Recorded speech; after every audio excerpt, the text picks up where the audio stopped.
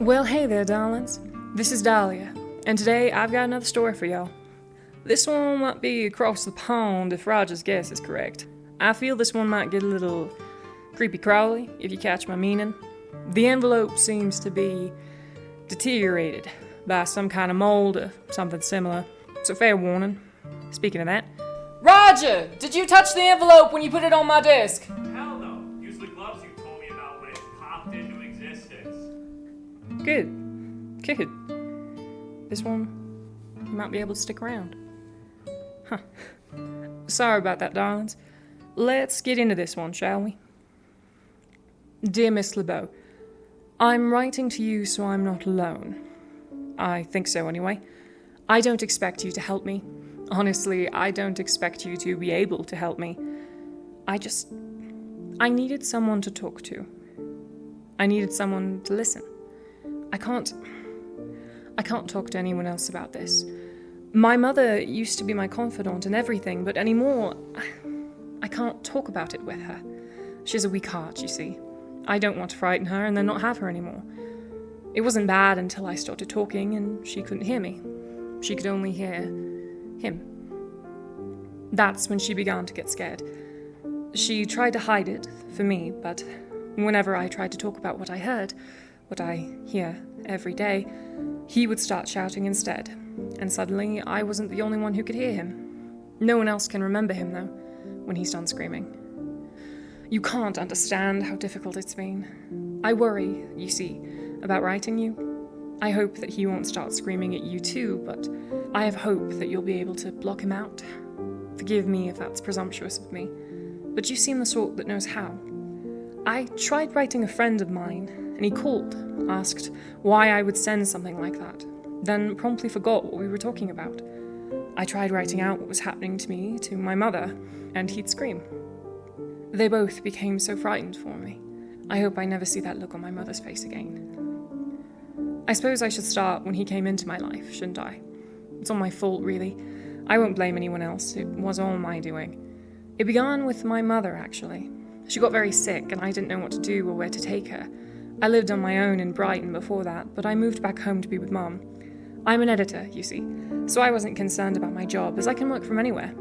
As for money, I'm not rich by any means, but I'm well off enough that moving wasn't that much of a concern for me. My biggest concern was moving my cat, honestly. She's a touch spoiled, my lady. Anyway, I'm not writing about my cat, though if you would like a weekly cat chronicle, I suppose I can. Like I said, my mother got very sick, and I started looking for doctors who could help her. Each one we went to had no clue what was wrong.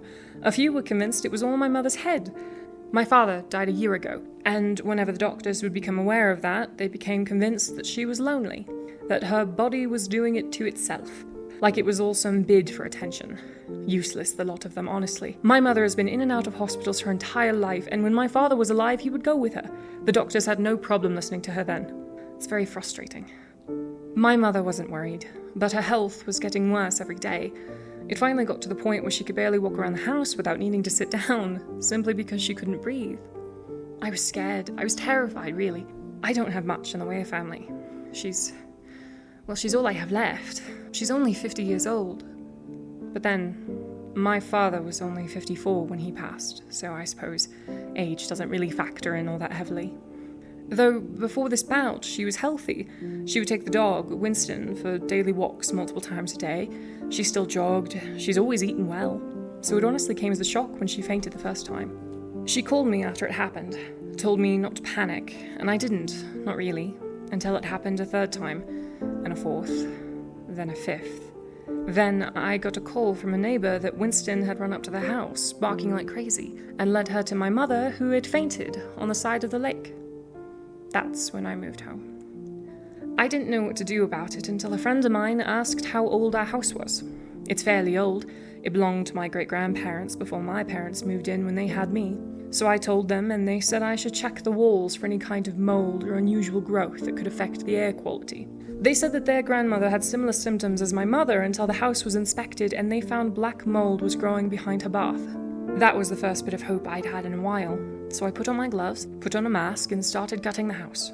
I had my mother take Winston and Lady over to a friend, Mary, who lives down the lane, while I did this. I didn't want any of them getting hurt if I accidentally brought a wall down. Mom tried to insist that we call a professional, but I wouldn't hear it until I found proof to show whoever we called. Honestly, I was a bit tired of being told I was imagining things. Perhaps it would have been better if I had listened to her. Maybe then this wouldn't have happened. I went through the house with cleaning supplies. I got into every nook and corner, and then I found it. It was in a cupboard in the kitchen, the one my mother kept her tea, but it was pressed all the way into the back, almost like it was hiding. It was some kind of spore or a mold or something similar.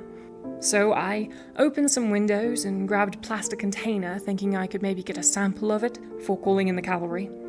When I moved to my mother's teas, I noticed that the same smell that came from the spore clung to the tins, so it was possible my mother was drinking it. And that filled me with such a panic, I wasn't nearly as careful as I should have been. When I put the container onto the spore, it screamed, or hissed, something. It was horrible. It was such a ghastly sound, I dropped everything I'd been holding, nearly fell to the floor in shock. Then it moved. The container had fallen on most of it, but the plastic started steaming, melting, and it rushed out at me. It looked like some kind of demented slug. Not all of it came, just a chunk that moved as if it were an animal. It lunged at me, got a hold of my arm, and bit. It was the worst pain I've ever experienced. It was like blood turned molten inside of me. The next thing I knew, my mother was shaking me awake. She was scared, I could see that, but she was calm enough to get me to my feet and outside, where Mary was waiting with the animals and on the phone with emergency services. I was shaking, could barely breathe enough to tell my mother what had happened. She was rightly horrified that she had been drinking whatever it was, but when I told her that the spore bit me, she was justifiably doubtful. My arm was dripping blood, though I couldn't feel it anymore, and there was purple fractaling away from the bite mark. This was terrifying, but not quite so terrifying as my mother turning white when she saw it. Insisted that it was some kind of dangerous spider or a snake that had gotten a hold of me. The ambulance arrived then, and I honestly don't remember most of the hospital visit.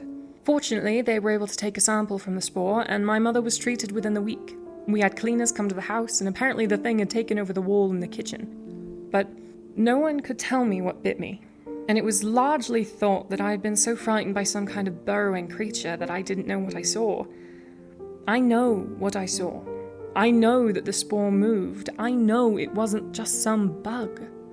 A week after everything had settled, I still didn't feel well. I'd received medicine that should have taken care of it. The doctors insisted that whatever venom I'd had in my arm that made it purple hadn't spread, and whatever antibiotics they had used cleared it up right away. However, I started to hear him. It wasn't multiple voices, just one, just him. I've never heard him before in my memory. I say him, but I don't think it knows gender. Don't think it cares, honestly. It doesn't do much, doesn't force me to do anything, and I'm not possessed. I saw a priest when I began thinking that could have been a possibility. The priest wasn't able to help me, couldn't hear him either. No one could. My mother listened to me ramble, bless her. Helped me to get doctor's appointments, even got me to see a psychiatrist. The thing is, I'd be perfectly happy to accept I got a tumor or some kind of neurological disease that made me hear a voice. If he didn't tell me secrets about people I'd have no way of knowing. He tells me who's keeping secrets from who feels guilty about what they had for breakfast that morning. Like he can hear their thoughts. I freaked my therapist out so much she had to ask me to leave when I told him he was the worst cliché I'd ever heard of, getting it on with his assistant behind his partner's back. The voice doesn't stop at that, though. That might be bearable. He also tells me who deserves to die, why they should die. When I started sobbing one day after the voice told me my childhood best friend deserved to be killed because of what she'd done, as well as telling me exactly what she had done, my mother truly started listening. That's when she heard him too. He didn't talk to her, though. He just screamed at her. Horrible things. Like how my father should have died long ago and taken her with him rather than waiting and hanging around. My father was always very good at maintaining the house. Perhaps he'd squashed the bug spore thing before? The voice hated my father, hated my mother, hated everyone. If I don't talk about the voice to my mother, he leaves her alone. He leaves everyone alone if I don't talk about him to them. I don't know what to do. It's been 2 months, and I'm afraid to go outside. Afraid that someday I might try to kill who deserves to die, just to try and shut him up. I doubt it would work, but it's fraying my mind. It's fraying my mind. I can't sleep anymore without my dreams being invaded by visions of horrible pulsing spores. They breathe, they rip open, and hundreds of little slug-like things pour out and on top of me. They burrow into my eyes, my ears, they're all I can see, all I can hear, they're everything. As you can imagine, I haven't been able to get a full night's rest in a while. There are more voices in the wall now. I don't know if I'm just hearing things or if there are more of these horrible things in there. There's a part of me that's worried the cleaners weren't able to get it all and it bred, or that they will never be able to stop this horrible growth. Like I said before, I don't expect you to be able to help me. How could you? Perhaps you could send me some super pesticide or something. God help me, but I want you to be able to. I need you to be able to help me. I don't know how much longer I can live with never hearing my own thoughts again without something else screaming over them, or seeing my mother get more and more worried the longer I go without eating or going outside. I've lost so much weight, and my mother, she's so scared. All my life I've hated seeing my mother scared, and that I'm the reason for it now kills me. I don't want her to be alone. Please, if you can help me, please do so. Any advice would be welcome, anything you could give me. I know I'm not in America, but I hope the distance won't change anything. From what I've heard, you help everyone who reaches out to you in one way or another. I sincerely hope I can be one of those people. I kept a sample of the spore, which I'm enclosing in this letter. Please have care of it. But perhaps it can help you. Perhaps it could help me. Ever hopeful, Evan. Now then, that is a terrifying story that makes me want to take a shower and bleach to get clean, and I'm sure y'all agree with me. Don't worry, I'll be able to help our friend Evan. She joked about me sending her pesticide, but that's exactly what I aim to do. This isn't the first time I've encountered the spore. Horrible thing it is, it's a bit of a hive mind kind of thing. Always wants to expand and inhabit hosts. Fortunately for Evan, her house wasn't completely taken over by the things, if I can go off this letter, so the spray should fix it and her up right away. I'll give her extra though, just in case, and get her into contact with a friend of mine in Ireland. Bit of a hop away from her, but I'm sure Lillian won't mind if Evan needs anything. I try not to publish stories here unless I know the person is okay or will be. I hate sad endings as much as I'm sure y'all do. So rest assured, Evan will be alright. With that said, I'll let you have a good night. And don't go touching no weird-looking goo. My best, Dahlia LeBeau.